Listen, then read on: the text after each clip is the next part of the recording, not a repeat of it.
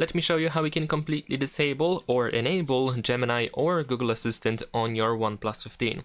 So the first thing that we need to do is open the settings. We're gonna scroll down in here and we need to choose the Google option. Now we're gonna switch to all services and we need to find Search Assistant and Voice. Now we're gonna go to Google Assistant. Even if you use Gemini, you want to go to Google Assistant settings, and then if you actually use Gemini instead of Google Assistant, and then you want to go to Digital Assistants from Google, and you want to switch from Gemini to Google Assistant. This is necessary for the next step. And if you already have Google Assistant set up, then of course you can skip this point. Now after that, we want to go to General, and we have the Google Assistant switcher, so we need to turn it off over here. And this is how we can, generally speaking, disable or enable Gemini and Google Assistant. If you turn it off, then you don't have access to the Assistant by Google at all.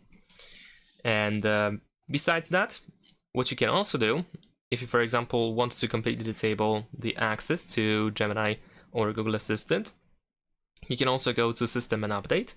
And in here we can find System Navigation. And in here you can find this Digital Assistant from Google. This is a swipe gesture that can be activated by swiping inwards from the bottom left or bottom right corner. So we can disable that. And besides that, we're gonna go back to settings, choose accessibility and convenience.